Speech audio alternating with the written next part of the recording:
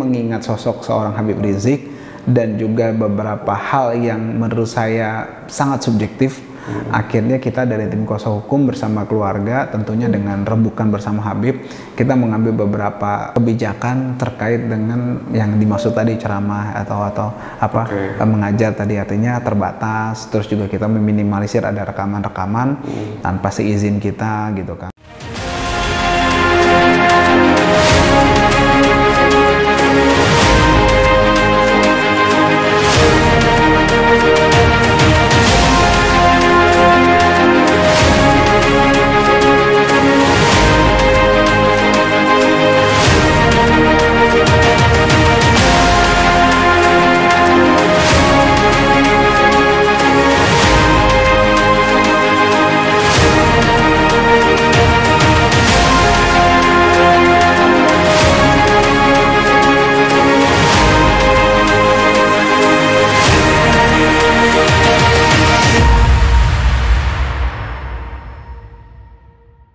Assalamualaikum warahmatullahi wabarakatuh.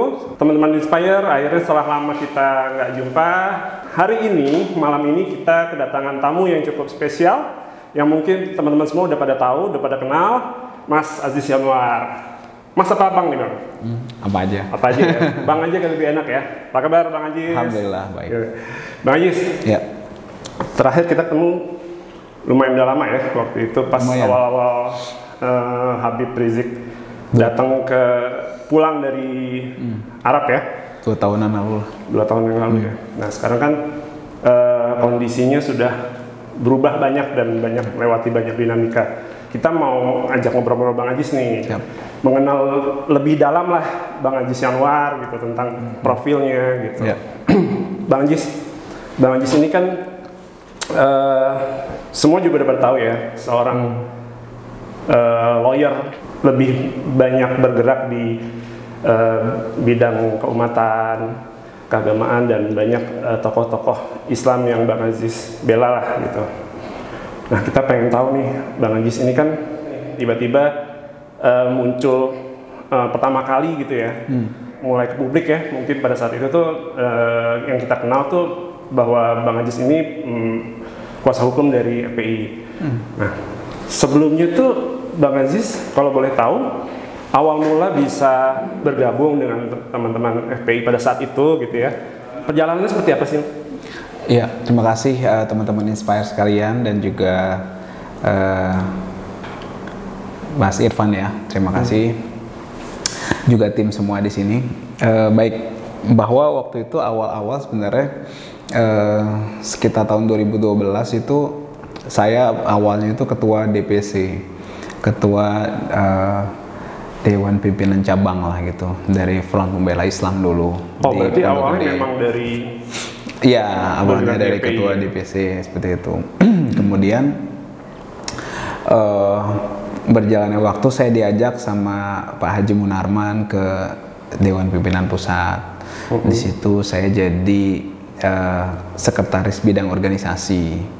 Gitu, di atas saya ada ketua bidang organisasi, tugasnya waktu itu bagian membentuk organisasi di daerah dan juga penertibkan organisasi yang memang ada permasalahan di daerah, seperti itu awalnya. Kemudian dalam perjalanan banyak perkara-perkara yang melibatkan permasalahan hukum lah intinya begitu di Front Pembela Islam. Nah, di situ memang ada namanya tim advokasi kita di FPI itu namanya dulu Bantuan Hukum Front atau BHF.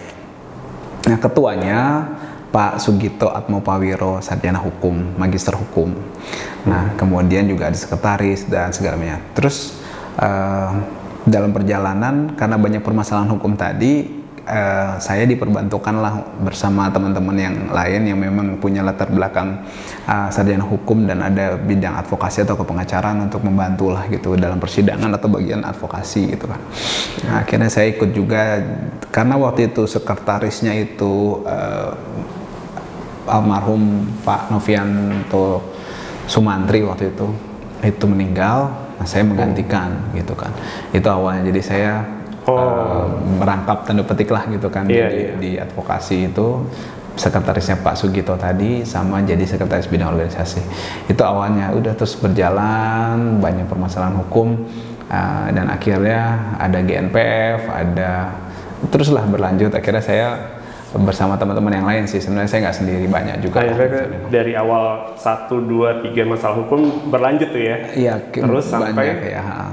Waktu itu yang lumayan menarik perhatian publik waktu itu terkait dengan ditahannya atau ditangkapnya waktu itu 18 anggota Front Pembela Islam terkait dengan kerusuhan di depan gedung DPRD waktu memprotes Gubernur Ahok dulu.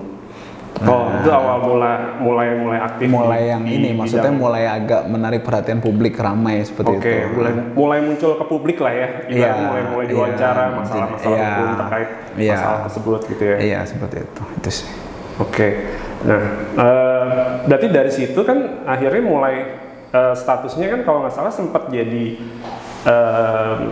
terakhir sebelum FPI itu sendiri dibubarkan, itu terakhir di sekretaris bagian bidang hukum ya kalau saya. Dulu saya di sekretaris jadi bidang organisasi, sekretarisnya. Kemudian di bantuan hukum Front saya sekretaris juga seperti itu, di bawahnya Pak Sugito tadi. Kemudian dibubarkan, adalah kemudian perahu atau skoci baru organisasi namanya Front Persaudaraan Islam, yang di situ ada beberapa ex anggota FPI Front Pembela Islam, ada juga simpatisan, ada juga orang-orang baru juga seperti itu. Nah ini nih yang sebenarnya memang salah satu yang pengen saya tanyakan juga malam ini. Jadi FPI setelah dibubarkan, terus muncul ada nama baru namanya FPI juga, dengan singkatan yang berbeda nih, Front Persaudaraan Islam. Nah, Front Persaudaraan Islam ini sebenarnya dari sisi pergerakan, dari sisi yang dijalani saat ini gitu, sejauh apa perbedaannya? Ya, yang pertama itu tidak ada hubungan dengan Front Pembela Islam, karena Front Pembela Islam itu sudah masa lalu gitu kan. Nah, dan Front Persaudaraan Islam itu sendiri adalah organisasi baru, jadi bukan reborn atau bukan kelanjutan, nggak ada hubungannya sama sekali ya, benar-benar ini fresh organisasi baru. Ini hanya aja baru. Kebetulan mungkin pemimpinnya orang-orang lama kali ya. Enggak juga. Sebagai contoh di situ nama Habib Rizik nggak ada. Nah, nama Kiai Haji Ahmad Sobri Lubis yang waktu itu ketua Front Pembela Islam nggak ada. Nama Pak Haji Munarman yang waktu itu sekretaris umum Sekum ya di Front Pembela Islam nggak ada juga, seperti itu. Benar-benar fresh baru. Jadi ini organisasi yang memang didirikan sesuai dengan ketentuan perundang-undangan ya, di mana Undang-Undang Dasar 45 juga menjamin kebebasan untuk berkumpul, berserikat dan menyatakan pendapat. Itu dasarnya, dan kita membentuk dulu bukan kita, maksudnya guru-guru kita, senior-senior kita membentuk Front Persaudaraan Islam seperti itu. Ada ulama, ada satis juga, ada habaib juga di situ seperti itu. Jadi benar-benar baru. Nah, jadi di Front Persaudaraan Islam ini sosok seorang Habib Rizik Syihab gimana tuh posisionalnya? Apakah masih ada di belakang? Nggak ada. Yang jelas nama beliau, nama Kiai Haji Ahmad Sobri Lubis dan nama Pak Haji Munarman tidak ada di struktur. Tidak ada di struktur. Di struktur manapun tidak ada seperti itu. Jadi memang benar-benar berjalan baru dengan. Iya. Jadi kalau dibilang ini organisasi kelanjutan di Front Pembela Islam itu nggak betul. Karena dari anggaran dasar, kemudian dari anggaran rumah tangga, kemudian dari istilah-istilah itu nggak ada hubungannya seperti itu. Bang Haji sendiri ada di situ? Ya. Ada di situ berarti ya. Jadi memang pengen membuat sesuatu yang baru lah ya. Pengen karena kan kalau yang tersiar kabar nih ya di mana-mana ya itu tadi FPI Reborn, terus masih dengan visi dan misi yang sama, hanya menduplikasi pergerakan yang sama gitu. Ternyata bukan ya. Nah, ini klarifikasi baru nih. Nah, jadi teman-teman yang mungkin bertanya-tanya gitu ya, persaudaraan Islam Front Persaudaraan Islam ini sebenarnya tidak ada hubungannya sama sekali dengan FPI yang lama. Nah, Bang Aziz nih yang lagi fresh-freshnya nih kemarin kan baru saja nih Imam Besar Habib Rizik Syihab nih keluar ya dari rutan ya. Nah, gimana keadaan beliau? Ya, yang pertama alhamdulillah kondisi beliau sehat walafiat tanpa kekurangan satu apapun, dan juga keluarnya beliau dari rutan disambut hangat oleh keluarga, oleh tim kuasa hukum dan juga kolega. Alhamdulillah berjalan lancar, dan kita minta doanya supaya terus dilancarkan dan juga sehat terus, tidak ada permasalahan ke depannya insyaallah seperti itu. Nah, berarti kondisi sekarang alhamdulillah kan sehat-sehat nih semua keluar, dan alhamdulillah bisa ya banyak juga yang teman-teman tuh yang pada bahas tidak disangka-sangka lah gitu, yang tidak pernah ada prediksi sebelumnya bahwa Habib Rizik ini bisa cepat bergabung lagi di sekitar kita gitu. Nah, statusnya kan terakhir tuh kalau nggak salah berarti bebas bersyarat ya? Pembebasan bersyarat. Pembebasan bersyarat. Apa sih maksudnya, gimana sih dari sisi kita kan orang awam nih, bebas bersyarat itu kayak gimana sih sebenarnya? Ya, pembebasan bersyarat itu adalah salah satu fasilitas dalam ketentuan perundang-undangan yang diatur di ketentuan perundang-undangan terhadap warga binaan. Jadi kalau seseorang itu kemudian menghuni rutan atau lapas, itu namanya warga binaan. Nah, gitu. Jadi warga binaan itu punya beberapa fasilitas yang bisa dipergunakan terkait dengan haknya dia yang diatur undang-undang, dalam hal ini spesifiknya di Permen Kumham nomor 7 tahun 2022. Nah, apa itu? Ada remisi, ada asimilasi, ada cuti mengunjungi keluarga, ada cuti bersyarat, ada pembebasan bersyarat. Nah, kita fokus ke pembebasan bersyarat ya yang ditanyakan. Sebenarnya saya juga mau tambahkan, meskipun nggak ditanya nih, jadi ada fasilitas yang diambil juga oleh Habib Rizik dan tim kuasa hukum, yaitu fasilitas remisi. Remisi itu pengurangan masa hukuman. Ya, remisi yang diambil oleh Habib itu adalah remisi hari raya 2 kali dapat, remisi kemerdekaan 1 kali. Nah, berarti sudah termasuk dikurangnya masa remisi. Ya, jadi remisi hari raya itu 15 hari, remisi kemerdekaan itu 30 hari. Jadi dapat 2 bulan tadi tuh. Nah, Habib itu menjalani masa hukuman, saya jelaskan dulu, Habib ini ada 3 perkaranya. Yang pertama kerumunan Megamendung, di mana inkrah van Gewiste-nya Habib divonis itu harus membayar denda. Denda sudah kita bayar, clear. Kemudian yang satu kerumunan Petamburan. Kerumunan Petamburan itu beliau divonis 8 bulan bersama dengan 6 orang ex-FPI lainnya. Nah, itu beliau sudah menjalani sampai Agustus 2021. Gitu. Jadi Agustus 2021 itu beliau start ya, itu dihitung menjalani yang ketiga, yang terkait Rumah Sakit Umi. Kan dijatuhkan vonis pada akhirnya setelah kasasi di Mahkamah Agung 2 tahun. Nah, 2 tahun itu dihitung dari Agustus tadi, dipotong 2 bulan. Nah, ada fasilitas yang namanya pembebasan bersyarat. Pembebasan bersyarat itu syaratnya menjalani 2/3 minimal, 2/3 masa hukuman, dipotong remisi tadi. Nah, artinya Habib Rizik itu pas kemarin tanggal 22 Juli itu memang punya hak untuk itu gitu loh. Jadi memang beliau itu berhak untuk mengambil fasilitas itu gitu loh. Nah, jadi yang beliau ambil ini diatur di undang-undang gitu kan. Nah, konsekuensinya apa sih? Konsekuensi saya jelaskan lagi ya. Konsekuensinya adalah bahwa pembebasan bersyarat ini sebenarnya kalau Habib tidak mengambil pembebasan bersyarat, maka Habib bebas tanggal 10 Juni 2023. Bebas murni. Ya. Tapi karena Habib mengambil pembebasan bersyarat, maka Habib bukan nanti 10 Juni 2023 itu adalah masa ekspirasi. Istilahnya masa ekspirasi. Setelah itu ada lagi percobaan sampai 10 Juni 2024. Tapi Habib posisinya di luar. Nah, masa sampai ekspirasi tadi, sampai percobaan tadi, sampai habis tadi, percobaannya setahun, itu Habib klasifikasinya masuknya itu adalah klien dari Balai Pemasyarakatan.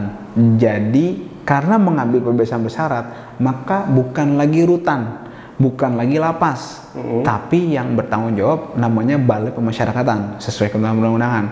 Nah, namanya juga bukan warga binaan lagi, tapi klien dari Balai Pemasyarakatan tadi. Nah, Balai Pemasyarakatan punya aturan, ya, bagaimana supaya pembebasan bersyarat ini berjalan lancar. Ada report. Jadi pembebasan bersyarat ini adalah bagian upaya pembauran narapidana ke masyarakat.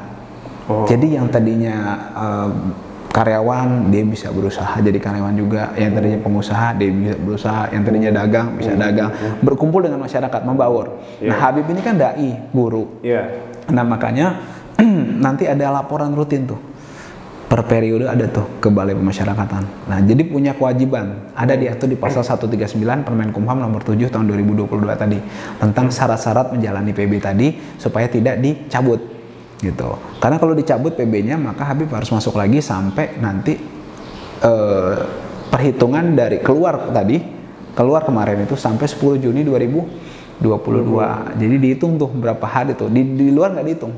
Gitu. Syarat-syaratnya ada syarat khusus, ada syarat umum gitu. Kalau syarat khususnya itu, syarat umumnya itu tidak boleh pidana, melakukan pidana, dipidana, ditangkap, ditahan, nggak boleh. Syarat khususnya tidak boleh meresahkan masyarakat, harus melakukan laporan periode tadi secara periode ke Balai Pemasyarakatan, tidak boleh pindah domisili tanpa pemberitahuan, tidak boleh keluar dari keluar kota, wilayah tanpa pemberitahuan izin seperti itu. Oke. Berarti intinya kalau aktivitas lain selain yang tadi disebutkan masih boleh lah ya,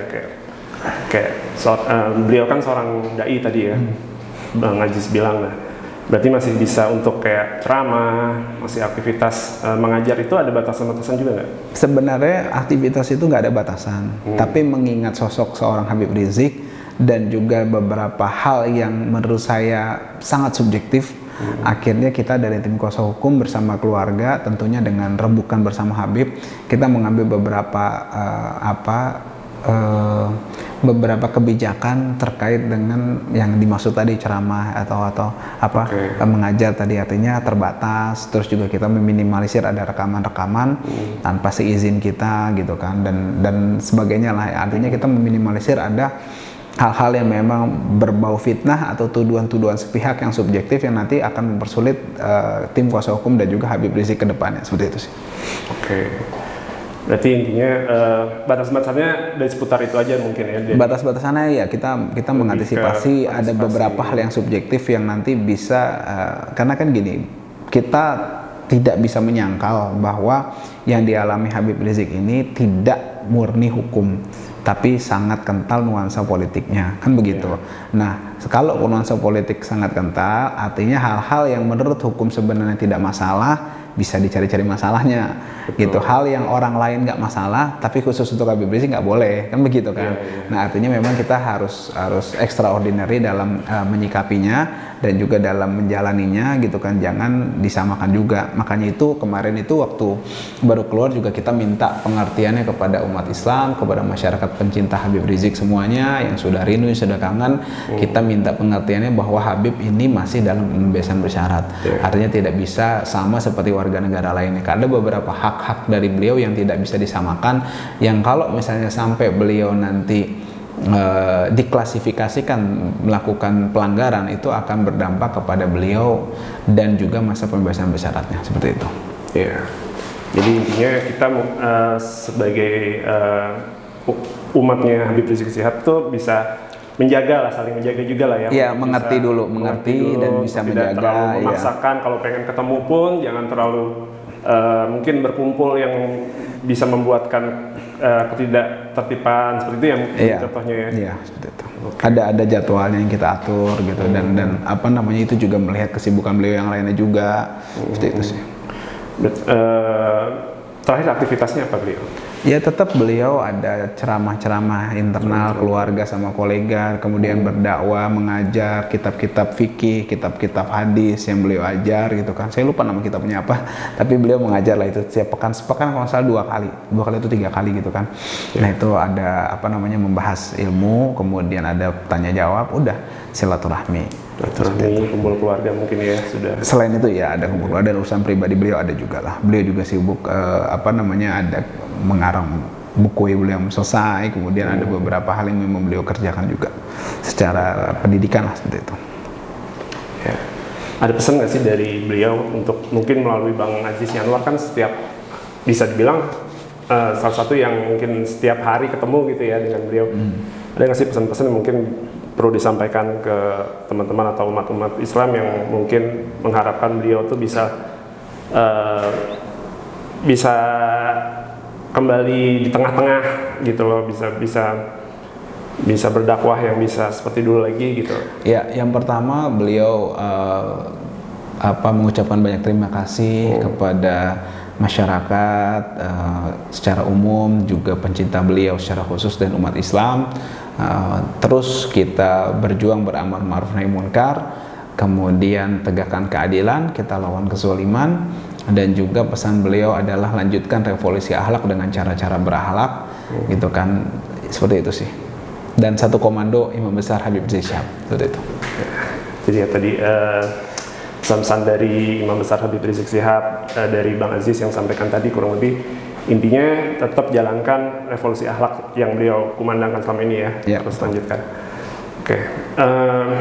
Bang Aziz kan juga selain menjadi kuasa hukum dari Habib Rizik Syihab ya, juga ada beberapa ulama lain yang Habib Rizik juga bela gitu di beberapa kasus yang mungkin berhubungan dengan masalah-masalah keumatan juga gitu. Terakhir tuh kalau nggak salah Habib Bahar ya. Gimana keadaan beliau? Beliau alhamdulillah sehat. Kemarin hari Kamis yang lalu beliau dituntut 5 tahun oleh jaksa atas tuduhan sebagaimana diatur di pasal 14 Undang-Undang 1 tahun 46 tentang menyebarkan berita bohong yang menimbulkan keonaran, seperti itu, di Pengadilan Negeri Jawa Barat di Bandung. Itu tuntutan 5 tahun gitu. Tuntutan 5 tahun seperti itu. Oke, dari kuasa hukum gitu, kira-kira apa ke depannya, kira-kira ada yang akan dilakukan apakah? Ya, yang kita tim sudah bekerja keras luar biasa untuk merancang dan membuat pembelaan atau pledoi terkait dengan tuduhan atau tuntutan jaksa itu, yang insya Allah nanti pada hari Kamis kita akan sampaikan di muka persidangan, seperti itu. Kemudian biasanya nanti akan diikuti dengan tanggapan dari jaksa atas pembelaan kita atau namanya replik, kemudian nanti akan direspon dengan duplik, tanggapan atas replik tadi dari tim kuasa hukum, kemudian udah ada putusan dari majelis hakim nantinya, seperti itu. Oke, Bang. Ya. Bang Aziz kan juga pasti nih ya nggak luput dari masalah tadi tuh, ngobrol masalah politisasi politik dan lain-lain, apalagi ini kita udah mulai dekat-dekat 2024 nih, gitu kan. Kalau yang sebelum-sebelumnya kan kita melihat ya masa-masa sebelumnya itu perpecahan di mana-mana seperti itu gitu. Ya. Gimana nih Bang Aziz, kira-kira setelah Habib Rizik Syihab keluar, dari Bang Aziz sendiri kira-kira apa sih yang pesan nih buat umat Islam di Indonesia untuk bersikap gitu, untuk bersikap di 2024 agar tidak terulang lagi lah seperti masa lalu sebelum-sebelumnya gitu, biar tidak ada perpecahan, tidak ada saling kubu-kubuan yang membuat perpecahan di Indonesia lah gitu. Ya, yang pertama kalau dibilang apa sarannya supaya tidak perpecahan, tidak kubu-kubuan, saran saya ya jangan kita berdemokrasi. Saran saya begitu. Karena konsekuensi demokrasi itu kan yang satu punya pandangan A, yang satu punya pandangan B, kita saling menghormati, kan begitu kan? Itu bagian dari konsekuensi demokrasi itu sendiri. Terus kemudian ada pemilihan, yang satu suka presiden A, yang satu suka presiden B, yang satu suka presiden C, kan begitu kan? Justru menurut saya hal-hal ini harus diakomodir kalau memang kita konsekuen sama demokrasi sendiri. Yang saya setuju makanya 0% presidensial threshold itu. Nah itu karena kenapa? Karena kalau tidak, maka semua lini demokrasi terkait dengan pucuk kekuasaan politik itu akan dipegang sama pihak-pihak tadi. Partai-partai besar yang memang punya punya klasifikasi untuk itu. Ini kan artinya mengkebiri nilai-nilai demokrasi itu sendiri, gitu loh. Jadi kalau misalnya kita memang konsekuen, harusnya nggak seperti itu. Loh, sekarang ada pilkada langsung, kan begitu kan? Kemudian pemilihan tadi juga langsung, pemilihan anggota. Masa milih presiden yang nggak langsung? kan nggak konsekuen gitu loh. Kalau mau milihnya juga nggak langsung, pilkadanya nggak langsung gitu kan, pemilihan kepala daerah juga nggak langsung gitu loh. Masa yang ini langsung, ini nggak konsekuen. Ini namanya orang-orang yang punya ide sama mengimplementasikan itu ke undang-undang, namanya kalah jurus, dia menang klaim gitu, kalah jurus dia main kekuasaan gitu loh. Akhirnya dia bikin aturan undang-undang, dibikin berapa persen gitu, supaya nanti yang bisa nyalonin mereka-mereka juga, bancaan mereka dong namanya kalau begitu, nggak konsekuen sama demokrasi gitu loh. Itu pandangan saya ya gitu. Jadi kalau misalnya dibilang bagaimana supaya nggak pecah, ya nggak bisa. Namanya ini pasti sebenarnya kedewasaan aja. Kalau kubu-kubuan wajar, tapi kalau perpecahan itu kan sebenarnya kita lihat dulu, kita milih presiden itu gunanya apa?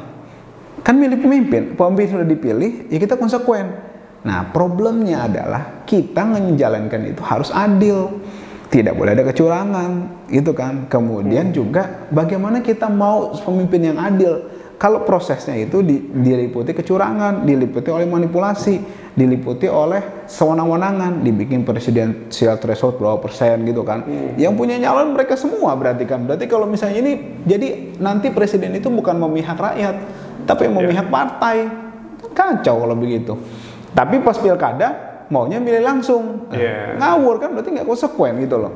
Problem kita begitu, kita nggak konsekuen. Kenapa? Kita paranoid, takut gitu kan. Apa yang ditakutin? Sekarang gini, saya mau tanya, kalau orang-orang ini, mereka ini sebenarnya mau jadi pemimpin itu mau apa sih? Padahal itu berat loh.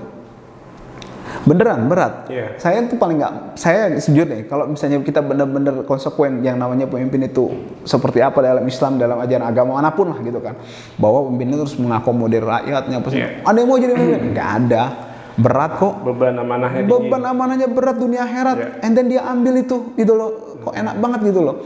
Nah maksud saya kalau memang begitu nggak ada yang mau pasti. Saya kasih contoh nih. Saya nggak tahu di organisasi lain, tapi kalau di FPI, baik Front Pembela Islam dulu, ya dulu saya di situ ya, yang saya itu. Apalagi yang sekarang Front Pembela Islam, nggak ada yang mau Mas Irfan. Nggak ada yang mau jadi ketua nih, nggak mau, jangan saya jangan. Kenapa? Pusing. Mendingan jadi anggota aja gitu kan. Mendingan kita jadi rakyat aja. Nah saya bingung orang-orang itu ada yang berlomba-lomba gitu loh. Buat pangkat gitu. Iya, itu menurut saya ada apa? Kan begitu kan. Oh ada kenikmatan, oh berarti kan orientasinya beda. Nah sekarang nggak bisa dong, kita berarti mereka orang-orang itu menunggangi demokrasi untuk kepentingan pribadinya. Kemudian rakyat disuruh ikut, oh kita harus konsekuen. Itu Anda kadal nyurangin orang, habis itu minta diturutin, kan kurang ajar gitu loh. Wajar ketika ada perlawanan, tapi kalau mereka menjalani dengan adil, dengan proses yang demokratis benar, konsekuen gitu kan, tidak curang, tidak manipulasi, menerima benar-benar konsekuensi demokrasi itu sendiri gitu kan, tidak ada tipu-tipu, pasti rakyat terima kok. Gitu. Intinya dari sisi sistemnya itu sendiri harus diperbaiki lah ya. Yang sebenarnya kalau dibilang sistem itu bicara lebih jauh lagi. Memang sistem demokrasi itu nggak bener. Cuma kalau kita konsekuen, ya udah jalanin aja yang nggak bener ini. Minimal jangan kita juga kong-kali-kong atau cipoain demokrasi ini dan masyarakat ini dengan alasan macam-macam gitu loh, dengan mencampuri kekuasaan gitu loh. Kenapa ya? Dia pakai kuasanya, dia bikin undang-undang, undang-undangnya membatasi presiden threshold. Itu kan namanya bertentangan dengan Undang-Undang Dasar 45 juga gitu loh, terkait dengan pemilihan kan gitu, terkait dengan demokrasi itu sendiri. Lah dia membatasi kan, berarti yang bisa nyalain presiden cuma mereka. Ini presiden, ntar hasilnya presiden rakyat atau presiden partai kan begitu. Itu sebenarnya pandangan saya. Oke. Ya mudah-mudahan ya, kita sih semua berharap kedepannya intinya Indonesia makin bisa utuh dengan bersatu, semuanya baik-baik saja, pemimpinnya juga bisa dapat yang lebih baik lagi dari yang sekarang, dan bisa membenahi masalah-masalah yang ada, terutama dari sisi terutama dari sisi keumatan, itu lebih bisa mengayomi lah ya. Oke, Bang Ajis, kita udah banyak nih ngobrol-ngobrol. Sebenarnya kita mau ngobrol lebih banyak lagi, lebih dalam lagi, cuman karena waktu terbatas.